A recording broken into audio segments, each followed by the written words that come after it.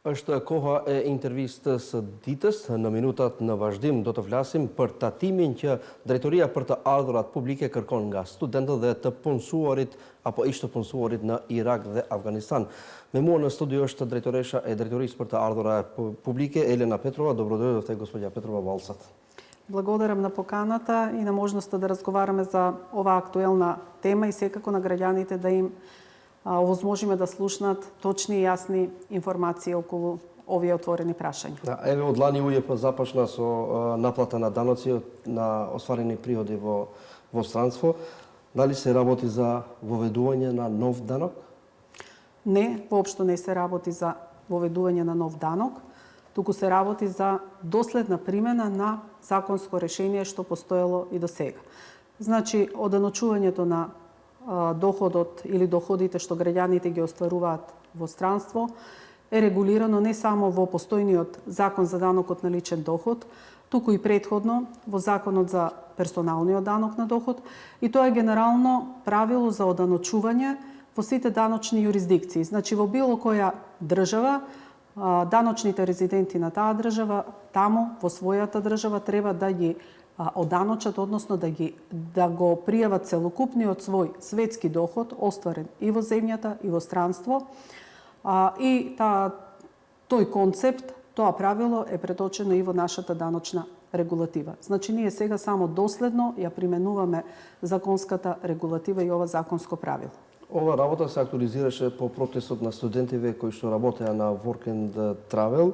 Тие посочува дека данокот веќе бил платен во матичната земја каде што работеле, а сега се соочуваат со обврска да платат повторно. Значи ли ова двојно оданочување? Значи, кај доходот што граѓаните го остваруваат во странство, нема и не може да има двојно оданочување, бидејќи регулативата оневозможува да има двојно оданочување. Само е потребно да се спроведат определени процедури пропишани во законот и во меѓународните договори. Значи, секој од законот за данок на личен доход произлегува дека граѓанинот, македонскиот даночен резидент, го оданочува или плаќа данокот во Македонија, но данокот платен во странската земја, со која што немаме склучено меѓународен договор, се приваќа овде како даночен кредит.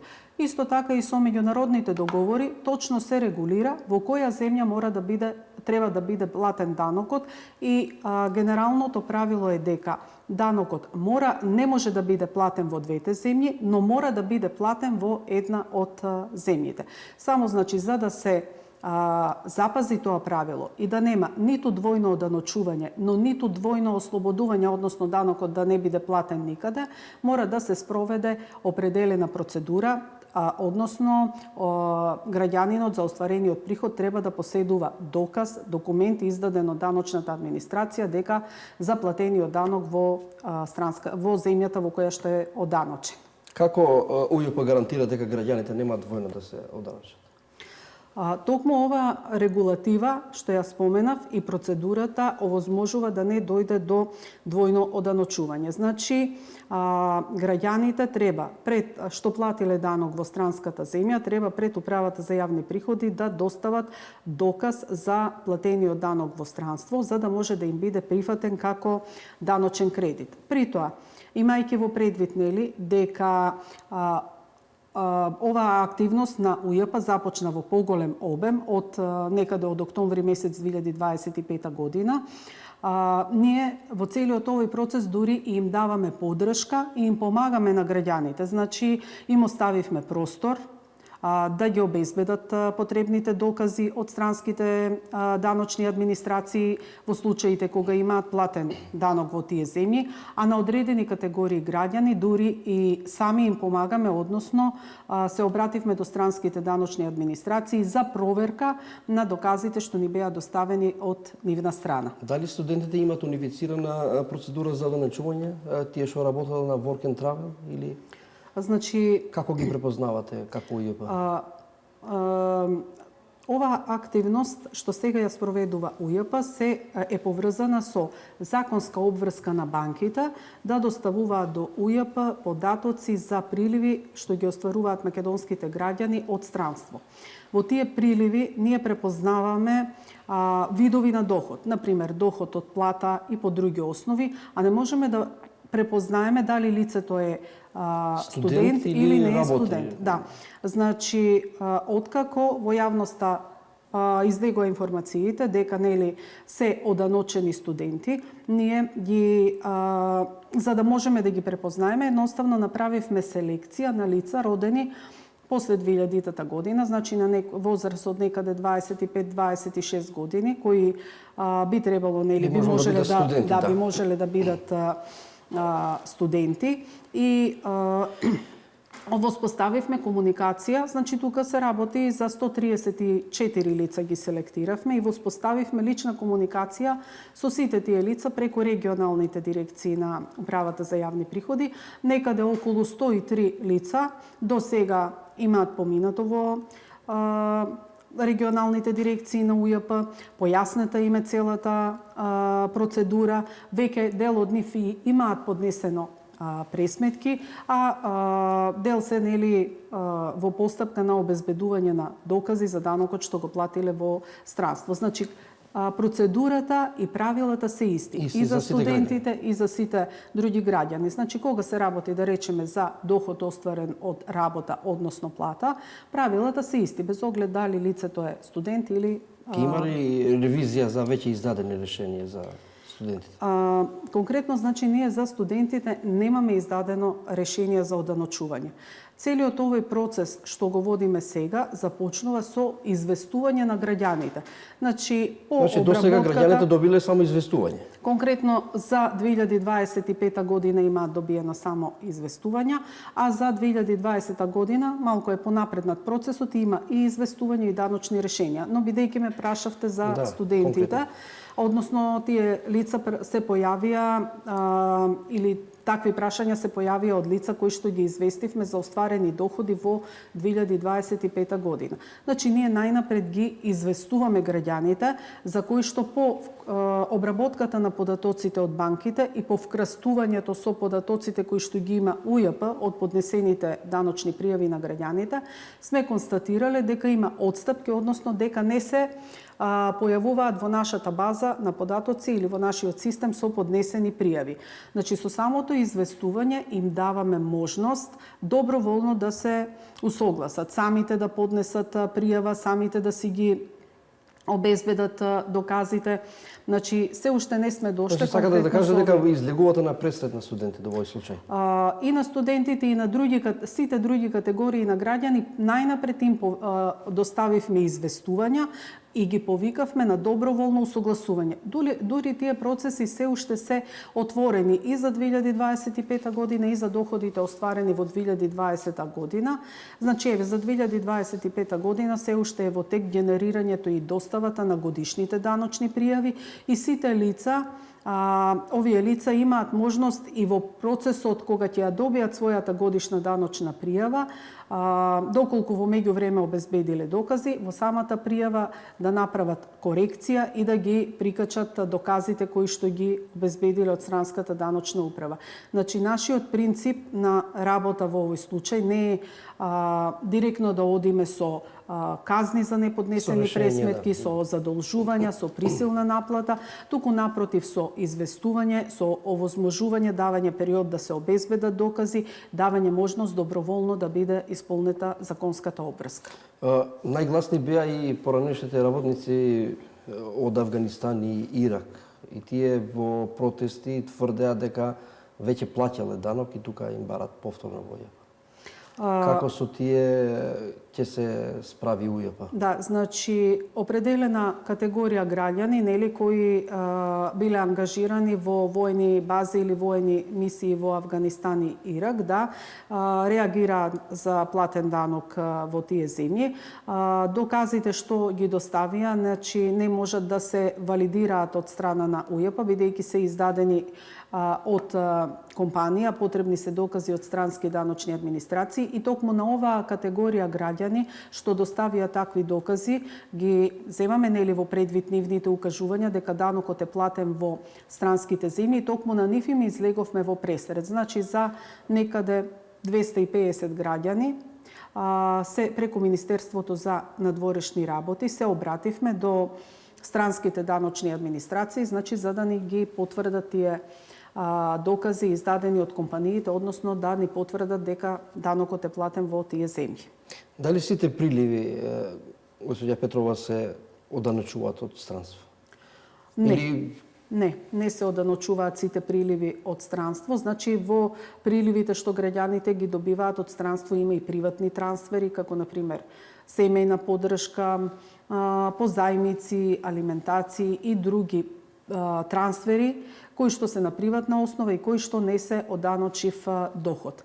Во најголем дел, значи, оние доходи што се оданочиви во земјата се истите, исто така се оданочуваат и доколку се остварени во странство. Од она што ние сега го работиме, гледаме дека во најголем дел граѓаните остваруваат оданочиви доходи од странство по основ на работа, значи плати, консултантски и интелектуални услуги, авторски права, а во помал дел има доходи од закупнини, капитални добивки и слично. Тоа се значи оданочиви доходи и во земјата, и исто така се оданочиви доходи во странство. Пред малку спомнавте вкрстување на податоци. Што покажуваат овие податоци од УЕП? Рековте од 2020 година. Значи, започнавме да работиме со податоците добиени од банките кои се однесуваат за приливи на граѓаните во 2020 година и од сите тие податоци селектиравме околу 11.500 граѓани кои што имаат приливи од странство, за кои што имавме индикации според самите ознаки во банките дека се работи за оданочиви доходи. Меѓутоа, по доставените известувања и по комуникацијата со граѓаните се утврди дека околу 5000, нешто над 5000 граѓани всушност имале приватни трансфери, а оданочиви доходи имаат околу за 2020 година имаат околу 6000 граѓани. Од тие 6000 граѓани, значи значителна бројка од, да речеме, 2300 граѓани, тоа е значителна бројка која по првото известување сепак доброволно си ја исполнија обврската, си ги поднесоа пресметките за оданочување и доказите за платениот данок во странство. Слична ситуација се повтори кога ги обработувавме податоците за приливите во 2025 година, меѓутоа веќе имавме, да речам, поголемо искуство и веднаш не се тргна од обработка приливите кои представуваат приватни трансфери, и кои не се оданочуваат. Значи, врз основа на тие податоци за 2025 известивме околу 9500 граѓани и од нив речиси 50%, односно околу 4500 граѓани, исто така доброволно си поднесоа пресметка за оданочување на остварениот доход од странство. Зашто се враќани предметите од пред 5 години? Се работили за ретроактивно оданочување? Не, значи не се работи за ретроактивно оданочување, бидејќи немаме нов закон што сега го враќаме и го применуваме за претходни години. Туку, како што кажав и на самиот почеток, се работи за закон кој што постоел, но не бил применуван доследно. Значи, ние сега почнуваме со доследна примена на законот и како што банките имаат законска обврска да ги доставуваат овие податоци до УЈП, исто така и УЈП има законска обврска и надлежност да ги користи за цели на оданочувањето. И тоа го правиме во законска постапка, даночна постапка, значи согласно Законот за даночна постапка, според кој ние имаме можност даночната постапка да ја водиме во рок на застарување, а тоа е 5 години, релативен рок за застарување и може да се вратиме и назад до 10 години апсолутен рок за застарување. Значи, затоа во оваа контролна постапка се враќаме 5 години наназад, но интенцијата е ние да го Што сакате да споставиме. стигнете со овие дека ги враќате 5 години назад? Што сака УЈП да стигне со... Значи, тоа е Со- наша која е законска целта на обврска. УЈП? Тоа е наша законска обврска, пак ќе повторам. Банките имаат обврска да ги доставуваат податоците до УЈП, а УЈП има обврска да ги користи за цели на оданочувањето. Значи, во претходните години, пред мојот мандат, овие податоци не се банките ги доставувале, меѓутоа во УЈП не се користеле за намената за која се се обработува, добивале. значи. Не се обработувале, Има не се пропусти во тој контекст или... Самото необработување на податоците значи дека не се користеле согласно законската намена. Тоа е определен, да речеме, процедурален и институционален пропуст. Значи, ние сме сега законски обврзани да видиме што ни покажуваат тие податоци и да ги употребиме за цели на оданочувањето. Но интенцијата не е да завршиме ние со како една акција или кампања за претходните 5 години, туку ние воспоставуваме систематски и регуларен процес на редовно користење на тие податоци. Например, сега во 2026 година исто така добиваме редовно податоци од 12 банки. Тоа сакав да ве прашам, и дали ќе чекате сега од 2026 година Не. да чекаме Не, 5 не. години наредни за Значи, оданочување ние или ќе тече ова како процедура? Паралелно работиме, значи додека ја работевме 2020 година, ја работевме и 2025.